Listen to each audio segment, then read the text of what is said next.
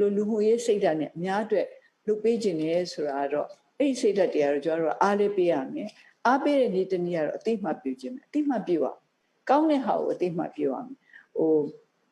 တရားတော်တွေမှာပါတယ်ပေါ့နော်သူတော်ကောင်းနဲ့လူရိုးမှာဘယ်လိုခွဲခြားနိုင်လဲဆိုတော့သူတော်ကောင်းတွေဟာကိုယ့်ရဲ့ကိုတော်တာတွေဘာတွေကိုချဲ့ကားပြီးမပြောဘူးလူများတွေတော်တာတွေလူများတွေကောင်းတာတွေကိုပို့ပြီးတော့ကြီးမားမားမြင်တယ်ပေါ့နော်ကိုယ့်ကိုတော့ကိုယ့်ရဲ့အပြစ်တွေကိုတော့ကြီးမားမားမြင်တယ်ဆိုတာပြင်ကျင်တဲ့စိတ်ရှိအောင်လို့ပြောတာပါကိုယ့်ကျေးဇူးတွေကိုကြီးမားမားမမြင်ဘူးတခြားလူတွေကျေးဇူးတွေကိုကြီးမားမားမြင်တယ်ဒီလိုစိတ်ဓာတ်တွေဆိုတာမေတ္တာစေတနာကိုပွားများစေတဲ့စိတ်ဓာတ်တွေပဲလူများကိုကျေးဇူးတင်တယ်ဆိုတော့မေတ္တာဖြစ်လာတာပေါ့သူကိုကြွကိုယ့်ဘောမှာကောင်းလိုက်တာပေါ့နော်နောက်ပြီးတော့တခြားလူပေါ်ကိုအကောင်းမြင်နေဆိုရင်သူတော်လိုက်တာလူတယောက်ကကိုတော်တဲ့ဘက်ကိုကြည်မလားညံ့တဲ့ဘက်ကိုကြည်မလားအဲ့ဒါကြည်ချင်းဟာကိုယ်အကြောင်းကိုဖော်ပြတာနော်အဲ့ဒီလူအကြောင်းဖော်ပြတာမဟုတ်ဘူး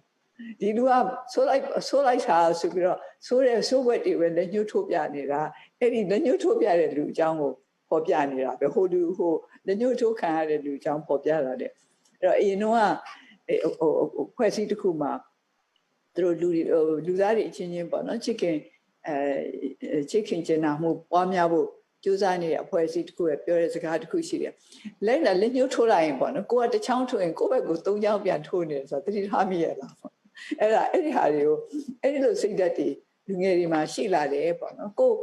အကောင်းကိုမြင်ပြီးတော့လူများတွေကိုကူညီခြင်းတဲ့စိတ်ဓာတ်တွေရှိလာတယ်ဆိုတာမျိုးနိုင်ငံအတွက်အင်တာမှာ